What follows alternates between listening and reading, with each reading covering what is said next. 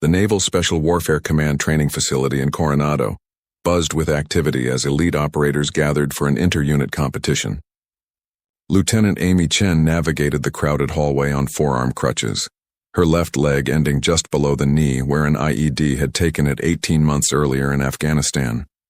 She'd been invited to observe the competition as part of her transition to a consulting role, but walking through a space filled with physically elite warriors made her acutely aware of what she'd lost. Before we continue, I want to know which country you're watching from right now. Drop your country's name in the comments below. 3 Navy SEALs stood near the water station, their conversation loud and confident. As Amy approached one of them, Lieutenant Bridges nudged his companions. "Check it out." Diversity hire made it all the way to the observation deck. Amy kept walking, used to the comments. "Seriously, though," another SEAL said loud enough for her to hear. "Why is she even here? This is a combat readiness assessment. What's she going to assess?" Bridges laughed. "Probably here for a photo op. Gotta show we're inclusive. Never mind that combat doesn't care about your feelings or your crutches." Amy stopped walking. She turned to face them. "You're right. Combat doesn't care. It took my leg, but it didn't take what makes me a soldier." Bridges smirked. "Former soldier, you mean? No offense, but those crutches mean you're done. Time to accept reality." "I spent 6 years in special operations," Amy said quietly, her voice steady. 3 combat deployments. I was a tactical intelligence officer embedded with SEAL teams in Kandahar and Helmand Province. The IED that took my leg killed 2 of my teammates, so don't tell me about reality." "Cool story," Bridges said dismissively. "But that was then. This is now. And now you're at attention now." The voice cracked like a whip across the hallway. Everyone turned to see Lieutenant General Marcus Webb striding toward them, 3 stars gleaming on his collar. His face was set in stone, his eyes blazing. The 3 SEALs snapped to attention immediately. Amy started to do the same, but the general waved her off. "As you were, Lieutenant Chen. If you're on the edge of your seat, hit that like button because what happens next will shock everyone in that hallway." General Webb stopped directly in front of Bridges. "Lieutenant, what's your name?" "Lieutenant Jake Bridges, sir. SEAL Team 5. "Well, Lieutenant Bridges, I couldn't help but overhear your assessment of Lieutenant Chen's value. Would you like to elaborate?" Bridges swallowed hard. "Sir, we were just talking, sir. You were mocking a wounded warrior. You were disrespecting an officer who lost her leg serving this country." The general's voice was cold and controlled.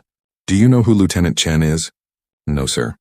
"She was the intelligence officer who provided the targeting data that led to the elimination of 3 high-value targets in Helmand Province in 2022. She personally identified the compound where hostages were being held, enabling a rescue operation that saved 4 American contractors. She volunteered to embed with SEAL teams when she could have stayed safe at headquarters, and she lost her leg pulling a wounded Marine to cover under enemy fire. The hallway had gone completely silent. More personnel had gathered. "But you see crutches and assume she's worthless," General Webb continued. "You see disability and assume incompetence." He took a step back. "Let me show you something, gentlemen." The general reached down and with practiced movements released the locks on his right leg. Then he removed it completely. His prosthetic leg came off to reveal that his limb ended mid-thigh. The 3 SEALs' faces went white. The gathered crowd stared in stunned silence. "I lost this leg in Fallujah in 2004, General Webb said calmly, standing balanced on one leg with crutches he'd pulled from his aide. "Sniper round shattered my femur. I was a major then, commanding a Marine infantry company. I spent 14 months in recovery. I learned to walk again. I learned to run again. And I continued my career. I've commanded at every level since then. And now I oversee Special Operations Command Pacific." He reattached his prosthetic with practiced ease. "I'm standing here with 3 stars because I refuse to let my injury define my worth. Just like Lieutenant Chen refused to let hers define her. The only difference is that she's dealing with people like you. People who see the disability before they see the warrior." Bridges looked like he wanted the floor to swallow him. "Sir, I apologize. I had no idea." "You had no idea because you didn't ask. You didn't show respect. You didn't consider that someone who sacrificed their body for this nation might still have value beyond their physical capabilities." The general's voice remained firm. "Physical ability is important in our profession, but so is character, judgment, courage, and resilience. Lieutenant Chen has demonstrated all of those. What have you demonstrated today? Poor judgment, sir. Disrespect, I have no excuse. General Webb turned to Amy. Lieutenant Chen, would you like to file a formal complaint? Amy looked at the 3 SEALs, saw genuine shame on their faces, and shook her head. No, sir. I'd rather they learn from this and do better. Generous of you. The general addressed all 3 SEALs. You 3 will report to my office at 600 tomorrow. You're going to spend the next week working with our Wounded Warrior Transition Program. You're going to meet operators who lost limbs, eyesight, hearing, and you're going to write me a 5,000-word essay on what physical disability means in the context of military service. Clear? Yes, sir. All 3 responded. Dismissed. The 3 SEALs saluted and left quickly. The general turned to Amy. Walk with me, Lieutenant. They moved down the hallway together, both using mobility aids, both moving with confidence. You handled that well, the general said. You saw what I was before I lost the leg, Amy said. Most people just see what I am now. Then they're not looking properly. The general stopped at a viewing window overlooking the training area.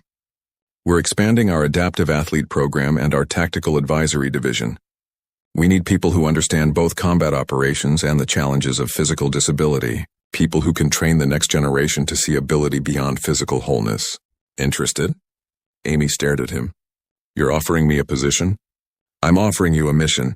These young operators need to understand that warfare is evolving. That technology is enabling disabled warriors to contribute in ways that were impossible 20 years ago. That mental toughness and tactical brilliance don't require 2 functioning legs. When do I start, sir? Next month. 3 months later, Lieutenant Amy Chen stood before a class of SEAL candidates at Bud's training. Beside her was Lieutenant General Webb.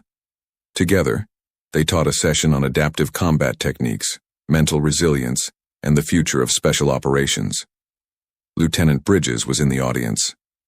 He'd requested permission to attend after his week with the Wounded Warrior program had fundamentally changed his perspective. After the session, he approached Amy. Ma'am, that week changed everything. I met a Marine who lost both legs and still competes in triathlons. A SEAL who lost an arm and now trains other operators. A pilot who lost her vision in one eye and still flies. I was ignorant and arrogant, and I'm sorry. Amy nodded. Apology accepted. Now pay it forward. When you see someone with a disability, see the person first. Yes, ma'am. I will. The program Amy helped develop became a model for military inclusion efforts worldwide. She co-authored training manuals, advised on equipment design, and mentored dozens of wounded warriors transitioning to new roles. Every session she taught started the same way. I'm Lieutenant Amy Chen. I lost my leg in Afghanistan, and that's not the most important thing about me. General Webb retired 2 years later with full honors. At his ceremony, he invited Amy to speak. When I lost my leg, he told the crowd, I thought my career was over. But I learned that leadership isn't about physical perfection. It's about heart, mind, and will. Lieutenant Chen embodies those qualities. She's proof that our worth as warriors isn't measured by what we've lost, but by what we choose to do with what remains. Amy stood beside him, both in dress uniform, both standing straight despite their prosthetics. The crowd rose in thunderous applause, not because of what they'd lost, but because of what they'd refused to let go. Their dignity, their purpose, and their determination to serve. If this story inspired you, please subscribe to this channel. We share stories about real courage, about people who refuse to be defined by their limitations, about warriors who prove that strength comes in many forms.